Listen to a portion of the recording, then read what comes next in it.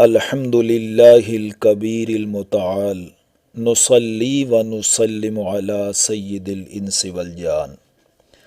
قرآن حکیم کلاس میں آج ہم انشاءاللہ سورۃ المائدہ کی آیت نمبر 109 تا 111 کو سمجھیں گے۔ گزشتہ 30 نشستوں میں ہم سورۃ المائدہ کے کل 16 رکوعات میں سے 14 رکوعات پڑھ چکے ہیں۔ اب آخری 2 رکوعات جو 12 آیات پر مشتمل ہیں، ان میں ان سوالات و جوابات کا تذکرہ ہوگا جو دن قیامت اللہ تعالیٰ اور حضرت عیسیٰ علیہ السلام کے مابین ہوں گے۔ پہلے ان 12 آیات پر مشتمل آخری 2 رکوعات کے مضامین کی تفصیل اور ترتیب کو ذہن نشین کر لیجئے۔ ان آخری 2 رکوعات کی پہلی آیت میں تمام رسولوں سے سوال کرنے کا اور ان کے جواب دینے کا تذکرہ ہوگا۔ پھر ان رسولوں میں سے بالخصوص حضرت عیسیٰ علیہ السلام کا تذکرہ ہوگا۔ اس تذکرے کی ترتیب یہ ہوگی کہ دن قیامت جب عیسیٰ علیہ السلام سے سوال کیا جائے گا تو سب سے پہلے اللہ تعالیٰ عیسیٰ علیہ السلام پر کیے گئے انعامات و احسانات اور معجزات کا تذکرہ کریں گے۔ اس کی ترتیب یہ ہوگی کہ پہلے معجزات 110 آیت نمبر 110 ایک آیت پر مشتمل ہوں گے۔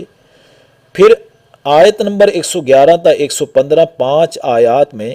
حضرت عیسیٰ علیہ السلام کے حواریوں اور ان کی طرف سے نزول مائدہ کے مطالبہ کا بیان ہوگا۔ پھر اس سے اگلی 3 آیات 116 تا 118 میں اس مکالمے کا بیان ہوگا جو دن قیامت اللہ تعالیٰ اور عیسیٰ علیہ السلام کے مابین ہوگا۔ پھر آخری جو 2 آیات ہوں گی اس صورت کی 119 اور 120، اس میں اس ساری تفتیش اور محاسبے کا نتیجہ مذکور ہوگا۔ اب دیکھیے آیت نمبر 109 کو۔ یوم یجمع اللہ الرسول فیقول ماذا اجبتم، اس دن کی ہولناکی کے بارے میں سوچو جس دن اللہ سب رسولوں کو جمع کرے گا اور پوچھے گا تمہیں کیا جواب ملا تھا۔ یعنی دن قیامت کی عدالت میں تمام قوموں اور امتوں کے ساتھ ان کے انبیاء اور رسل کو بھی جمع کیا جائے گا، اور جب باز پرس کا آغاز ہوگا نا تو سب سے پہلے انبیاء اور رسول سے سوال ہوگا۔ جیسے سورۃ الاعراف کی آیت نمبر 6 میں ہم پڑھیں گے، اللہ نے اس میں بڑا بالکل واضح کیا ہے کہ فَلَنَسْأَلَنَّ الَّذِينَ أُرْسِلَ إِلَيْهِمْ وَلَنَسْأَلَنَّ الْمُرْسَلِينَ، جن لوگوں کی طرف رسول بھیجے گئے ہم ان سے بھی باز پرس کریں گے اور رسولوں سے بھی پوچھیں گے۔ اصل میں انبیاء اور رسول کی ذمہ داری یہ ہے کہ وہ پہلے خود اللہ پر اس کے پیغام پر ایمان لائیں اور اس پر عمل پیرا ہوں، اور پھر اپنی قوموں اور امتوں تک درست اور پوری بات پہنچا دیں۔ ظاہر ہے جب یہ پیغام لوگوں تک پہنچا ہوگا تو لوگوں سے باز پرس کی جا سکے گی، ورنہ ان کی باز پرس ہوگی جن پر ذمہ داری عائد کی گئی تھی۔ تو بات کو آگے بڑھانے سے پہلے اتنا ضرور ذہن نشین کر لیجئے کہ انبیاء اور رسول اصل میں اللہ کا انتخاب ہے، اور اللہ کا انتخاب کبھی غلط نہیں ہو سکتا۔ تو دن قیامت پہلے انبیاء اور رسول سے سوال کرنے کا مقصد یہ نہیں ہے کہ انہوں نے پیغام پہنچانے میں کوئی کمی چھوڑی ہوگی، بلکہ اس سوال کا مقصد یہ ہے تاکہ رسول جواب دے دیں تو اتمام حجت ہو جائے، تو قوموں اور امتوں کے لوگوں کے پاس یہ عذر باقی نہ رہے کہ ہمیں تو آپ کے پیغام کا علم ہی نہیں تھا، وہ تو ہم تک پہنچے ہی نہیں۔ جیسے آخری پارے کی سورہ تکویر کی آیت نمبر 8 اور 9 میں مذکور ہے کہ وَإِذَا الْمَوْعُودَةُ سُئِلَتْ، اور جب اس لڑکی سے پوچھا جائے گا جس کو زندہ دفن کیا گیا تھا، بِأَيِّ ذَنبٍ قُتِلَتْ، کہ وہ کس جرم کی پاداش میں قتل کی گئی ہے۔ ظاہر ہے جب لڑکی کا کوئی جرم نہیں ہے تو مجرم پر جرم ثابت ہو جائے گا نا۔ تو یوں اللہ تعالیٰ دن قیامت لگنے والی عدالت کا نقشہ پیش کر رہے ہیں تاکہ گزشتہ آیات میں اللہ تعالیٰ نے جو احکام و قوانین پیش کیے ہیں اپنے انبیاء اور کتابوں کے ذریعے لوگ اس پر عمل پیرا ہوں اور اس کی مخالفت سے باز آ جائیں۔ اب ایک بات اور بھی آغاز میں ہی ذہن میں بٹھا لیجئے کہ جب انبیاء اور رسول سے سوال ہوگا تو وہ کوئی خلاف واقع بات تو نہیں کہیں گے نا۔ تو مجرموں اور گناہ گاروں کو تو یہ اندیشہ ہوگا کہ جب انبیاء اور رسول ہی ہمارے جرائم کے گواہ بن گئے تو اب کون ہے جو ہماری شفاعت کر سکے یا مدد کر سکے۔ تو معلوم ہوا کہ شفاعت یہ کوئی آسان کام نہیں ہے، شفاعت کے لیے اپنے آپ کو قابل بنانا ضروری ہے۔ تو ان تمام زاویوں کو ذہن میں رکھتے ہوئے اب سمجھیے ان آیات کو کہ جس دن اللہ جمع کرے گا سب رسولوں کو اور پوچھے گا کہ تمہیں کیا جواب ملا تھا، قالوا لا علم لنا انک انت علام الغیوب، تو وہ انبیاء اور رسول کہیں گے ہمیں کچھ معلوم نہیں اور بے شک تو ہی پوشیدہ باتوں کا جاننے والا ہے۔ جو انبیاء رسول کی وفات کے بعد پیدا ہوئے ان کے ایمان و عمل کو تو اللہ ہی خوب جاننے والا ہے، اور جو انبیاء کی حیات میں تھے ان کی قلبی کیفیات میں ایمان و عمل کی کیفیت کو بھی اللہ ہی جاننے والا ہے، اور ظاہر ہے دن قیامت قلبی کیفیات کو بھی مد نظر رکھا جائے گا۔ آپ صلی اللہ علیہ وسلم کا فرمان ہے کہ نحن نحکم بالظواہر واللہ متولی السرائر، یعنی آپ صلی اللہ علیہ وسلم نے فرمایا ہم جو دنیا میں فیصلے کرتے ہیں وہ ظاہری اعمال کو دیکھ کر کرتے ہیں، اور دلوں کے پوشیدہ رازوں کا متولی خود اللہ تعالیٰ ہے۔ اور چونکہ انبیاء رسول اپنی قوموں اور امتوں کے بارے میں انتہائی شفیق اور مہربان بھی ہوتے ہیں، اس لیے وہ زبان کھولنے سے بھی گریز کریں گے اور کہہ دیں گے اللہ ہمیں کچھ معلوم نہیں، کہ کہیں یہ لوگ گرفت میں نہ آ جائیں۔ تو اس ایک آیت میں تمام انبیاء رسول سے سوال کرنے اور اس کے جواب دینے کا تذکرہ کر دیا۔ اب آگے ان انبیاء رسول میں سے ایک رسول حضرت عیسیٰ علیہ السلام سے تفصیلی مکالمہ ذکر کریں گے، جس میں پہلے دنیاوی نعمتوں اور احسانات یاد دلائے جائیں گے۔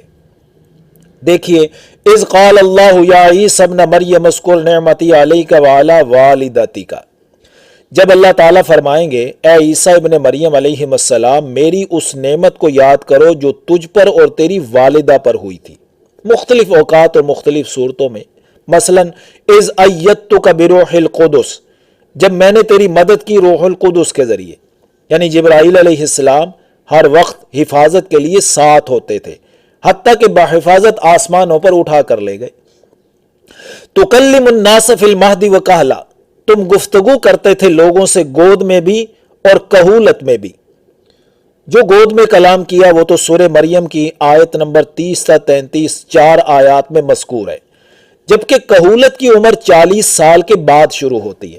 جبکہ حضرت عیسیٰ علیہ السلام کی عمر تو 33 سال تھی جب آسمانوں کی طرف زندہ اٹھا لیے گئے،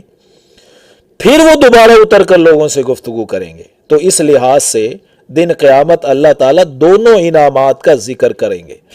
پھر اللہ آگے فرمائیں گے میرے اس انعام کو بھی یاد کرو، وَإِذْ عَلَّمْتُكَ الْكِتَابَ وَالْحِكْمَةَ وَالتَّوْرَاةَ وَالْإِنْجِيلَ، اور جب سکھائی میں نے تمہیں کتاب و حکمت اور بالخصوص تورات و انجیل سکھائی،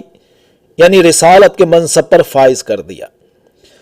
اور پھر رسالت کی صداقت پر کئی معجزات عطا کیے، اس لیے آگے معجزات کا تذکرہ ہے۔ وَإِذْ تَخْلُقُ مِنَ الطِّينِ كَهَيْئَةِ الطَّيْرِ بِإِذْنِي، اور جب تم گارے سے پرندے جیسی شکل بناتے تھے میرے حکم سے، فَتَنْفُخُ فِيهَا فَتَكُونُ طَيْرًا بِإِذْنِي،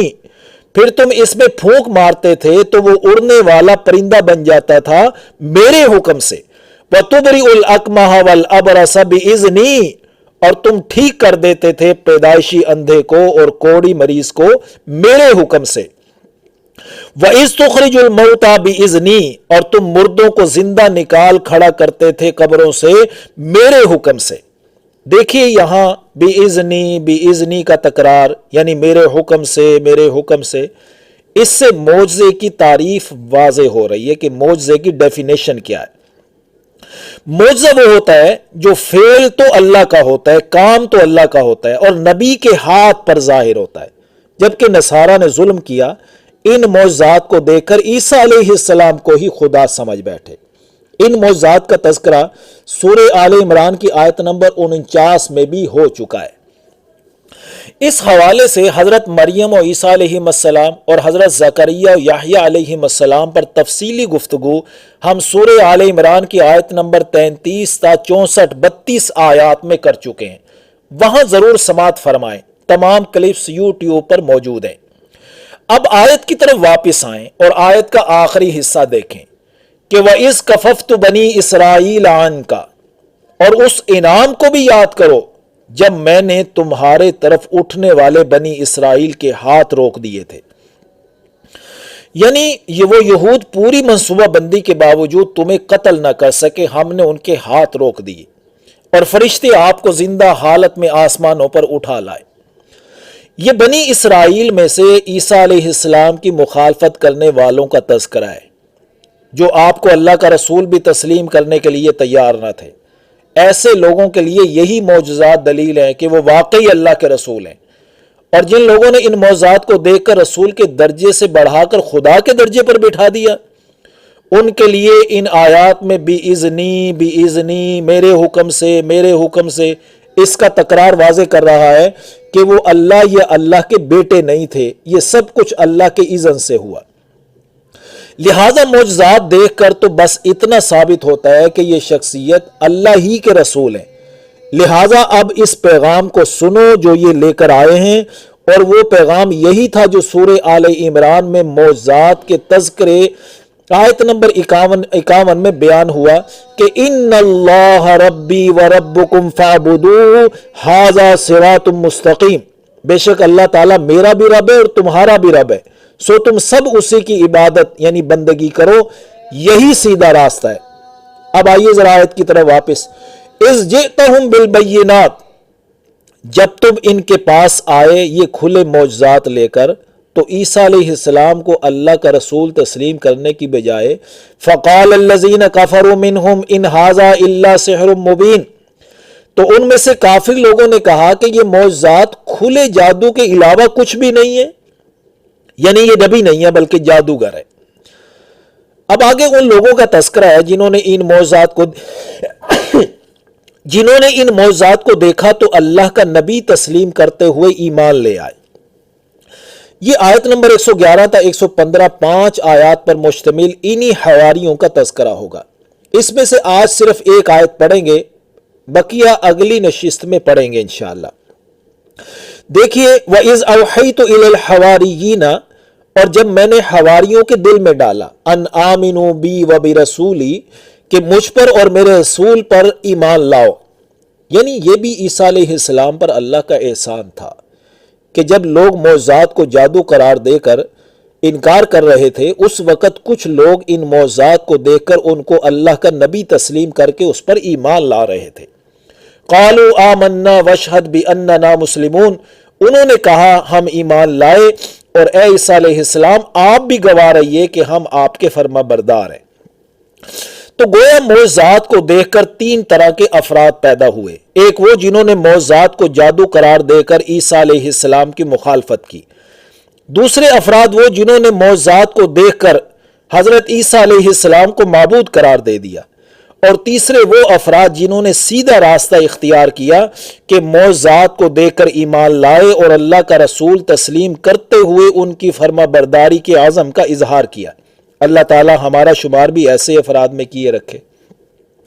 تو ابھی آگے مزید 4 آیات حواریوں کے متعلق ہی ہیں، لیکن انشاءاللہ ہم ان کو اگلی نشست میں بیان کریں گے۔ اقول قولی ھذا استغفر اللہ لی ولکم ولسائر المسلمین والمسلمات، آمین یا رب العالمین۔